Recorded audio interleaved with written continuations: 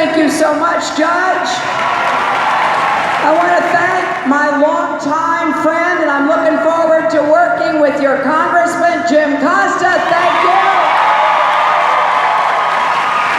I am so happy to be here with all of you again in Fresno.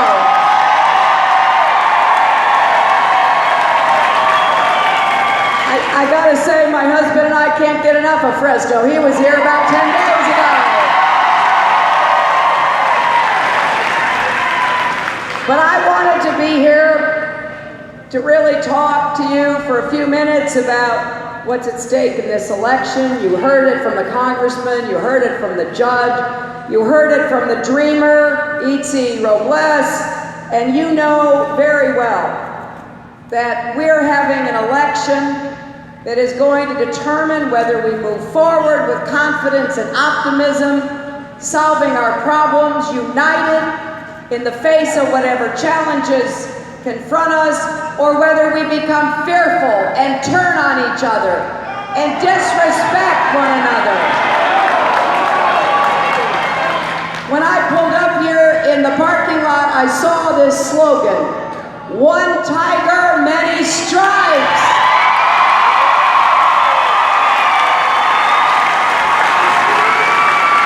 We are one nation under God, indivisible, with liberty and justice for all.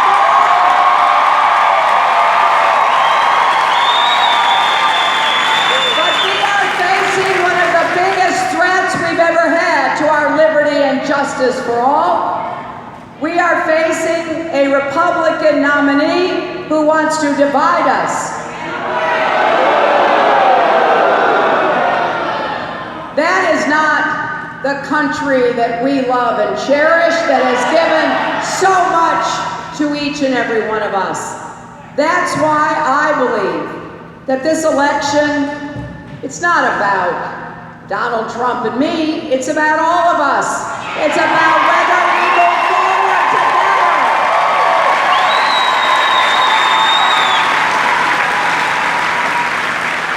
I think we have an enormous set of opportunities to create more jobs, to get incomes rising. I know what happened when my husband was president for 8 years. We had 23 million new jobs and incomes went up for everybody.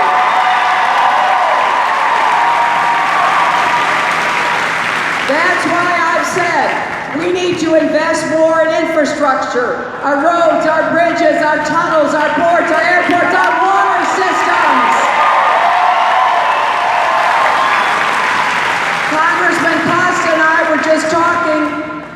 We are living off the investments and the hard work of our parents and our grandparents. The water systems here, built before our time. The interstate highway system, built before our time.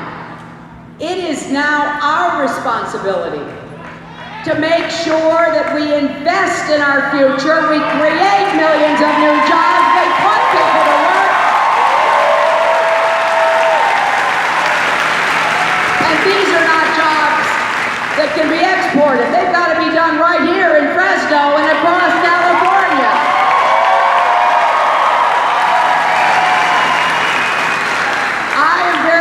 Of the work that Governor Brown is doing and the work that Jim Costa leads in the Congress.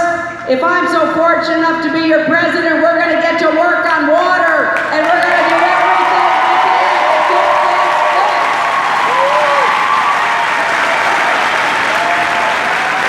I was honored to be endorsed by Jerry Brown just a few days ago.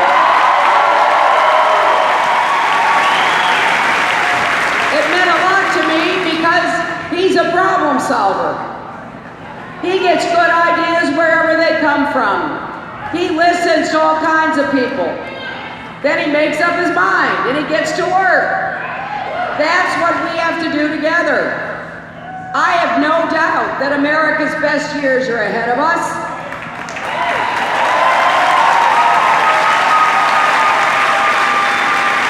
And we are going to fight climate change by creating more clean, renewable jobs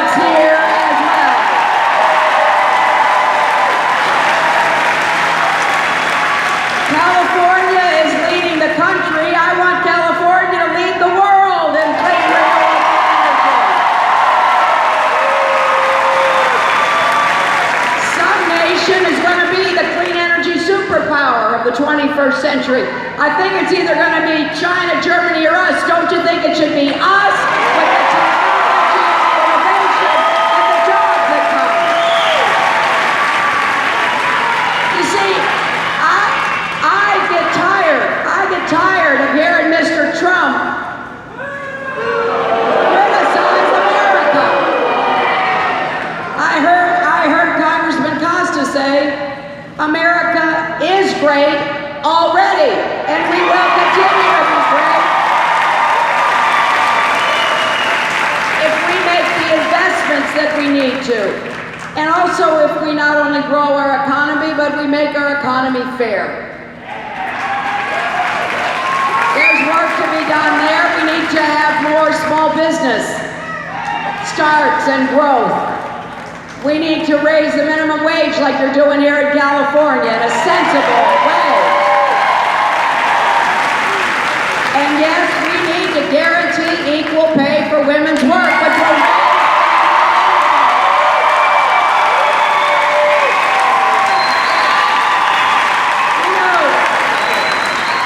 every time I say that, I quickly add, this is not a woman's issue. If you have a mother, a wife, a daughter, a sister who's working, it's your issue. It's a family issue.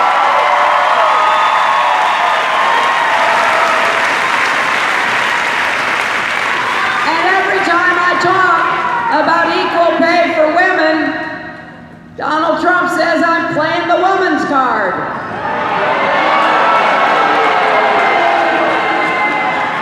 Well, I'll tell you what, if trying to make sure people get paid for the work they do is playing the woman's card, then deal me in.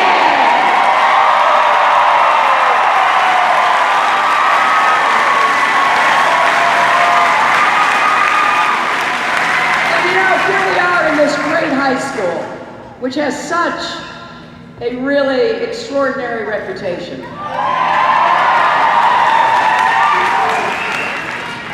And we know that we've got to continue to provide good educational opportunities for our people. I think that has to start with early childhood education so every kid gets well prepared to go to school. I think it continues with elementary and secondary education. I want to be a good partner with our teachers and our educators.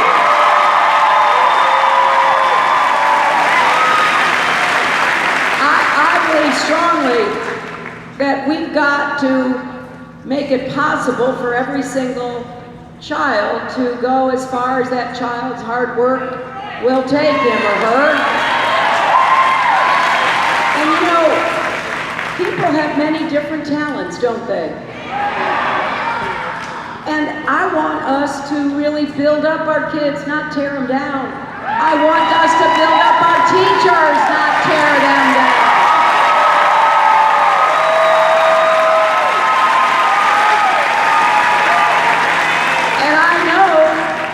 I was just talking to your new Assemblyman Arumala, who said that he came to this school and it gave him the chance to become a doctor.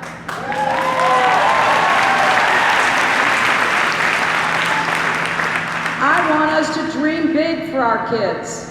I want us to understand that nobody outworks Americans, nobody outthinks Americans, nobody outcompetes Americans. If we're ready, we can beat anybody, anywhere, anytime.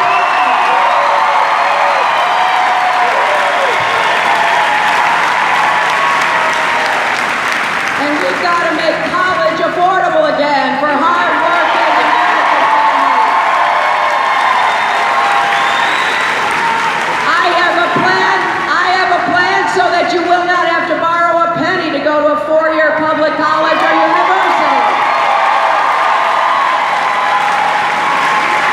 And I'd like to make community colleges as free as we can get them, so we encourage more people to go to get the skills for the jobs of tomorrow. And let's help those students who already have student debt pay it down.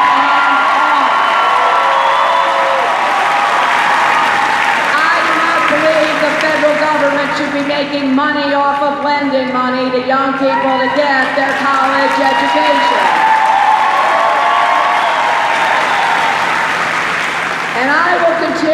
to work to improve the Affordable Care Act so that people can get quality, affordable health care.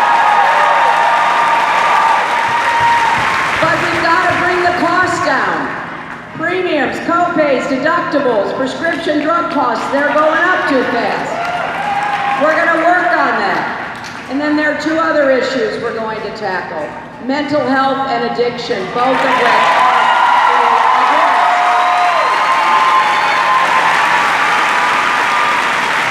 You see, when somebody comes to you and asks for you to give them your vote, it's like a big job interview.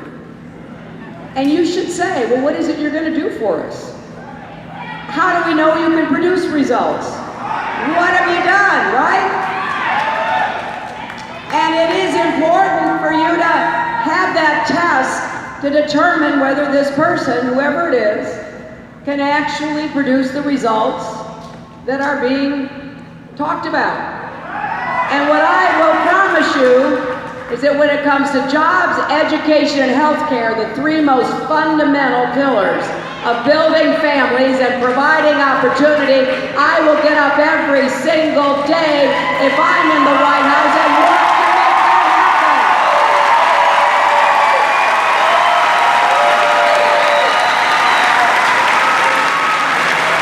And I gotta tell you, the second big test for somebody running is, can you keep us safe?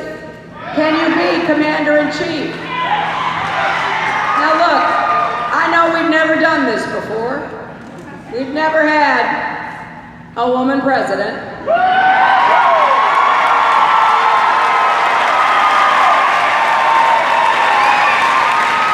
That's why I want you to understand that I have spent 8 years in the Senate on the Armed Services Committee, 4 years as Secretary of State. I have spent a lot of hours in the Situation Room working to solve some of the hardest problems we face. And I know how hard this job is and how much humility you need to have and how you should actually listen to people who have good ideas.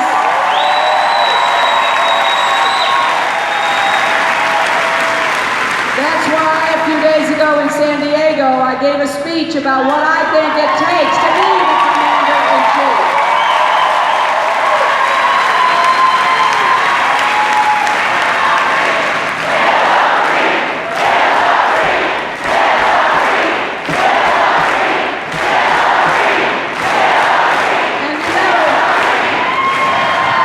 I take it very seriously, and I don't say it lightly. But based on what he's already said and what he said he would do, Donald Trump is not qualified or temperamentally fit to be the President of the United States.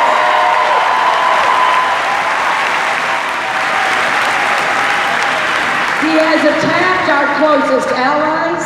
He has praised dictators like Kim Jong-un in North Korea. He has advocated our pulling out of NATO, the best defense alliance in history. He has even suggested that it's fine with him if other countries get nuclear weapons. And he has advocated torture. He has said that he would order our military to kill the family members of suspected terrorists. But here's what I want you to know, because I've given lots of thought to this, and I want to tell you a story. I was asked to be part of the small group evaluating the intelligence about whether or not the president should order some kind of action against a big compound in a city in Pakistan that was a military garrison town. That meant that their equivalent of the West Point Academy was there, and there were a lot of military, active duty, retired, who lived there.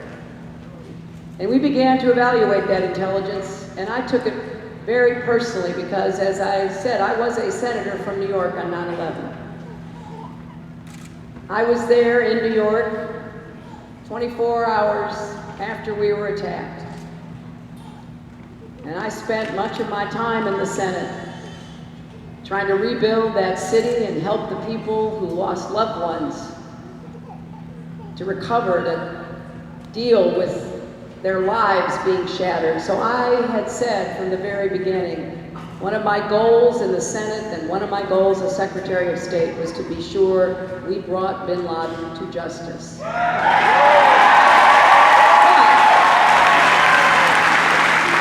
It's not enough to say it, it's not enough to want it, you have to analyze it, you have to think about it.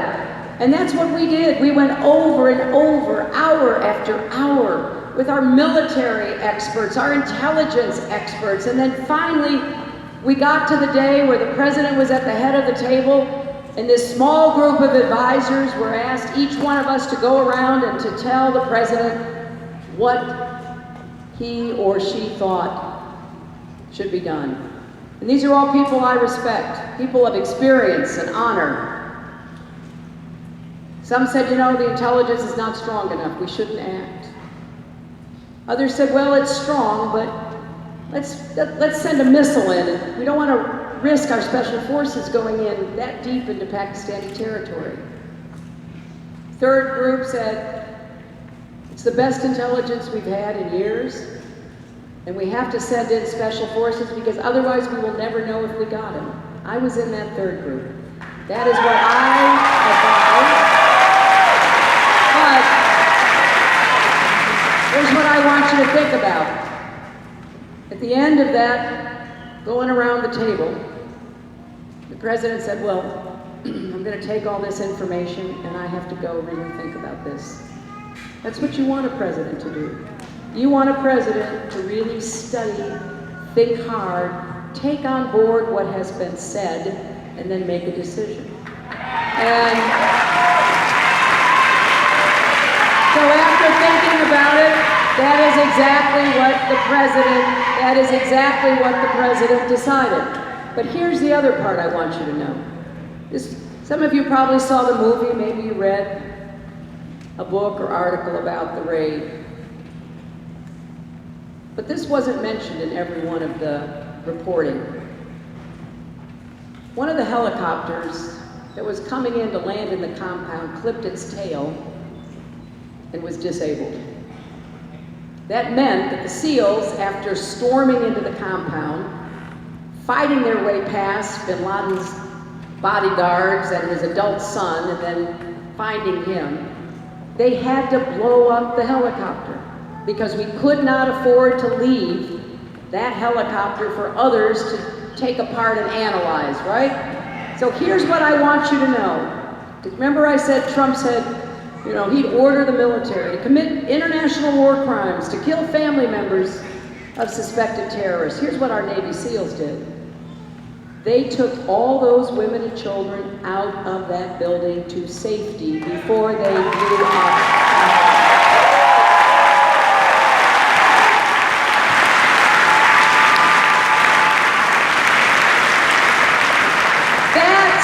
That is what our values are like in action. That is what honor looks like.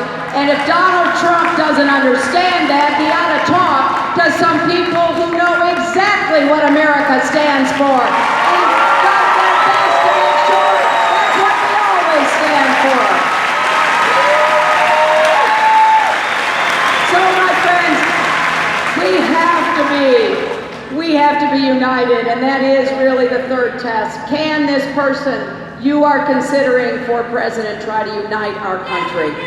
Try to bring us together, and I will tell you, I will find common ground wherever possible.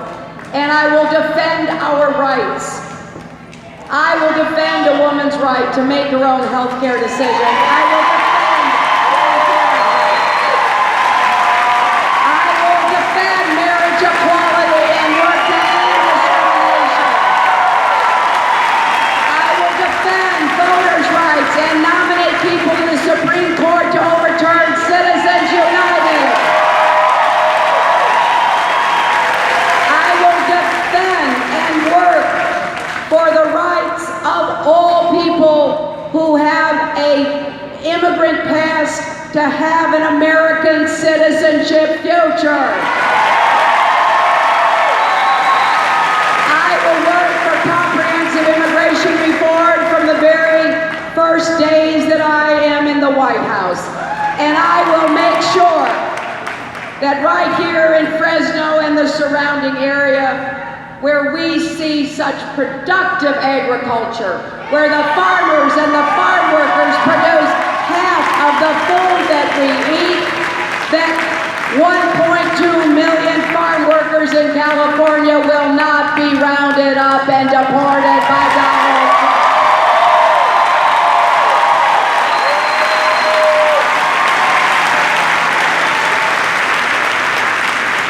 I can't do any of this without your help. And I would be honored to have your support in this California primary.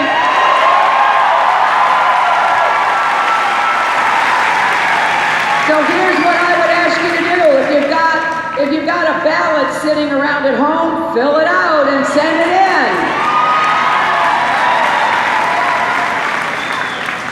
Or else be sure to come out and vote on Tuesday. And as you do, I want you to think like I do every day about what is most important and precious to you, to all of us. You know, for me, it's my family. And in particular, it's my new granddaughter who I want to have meet this young man with the hat right there.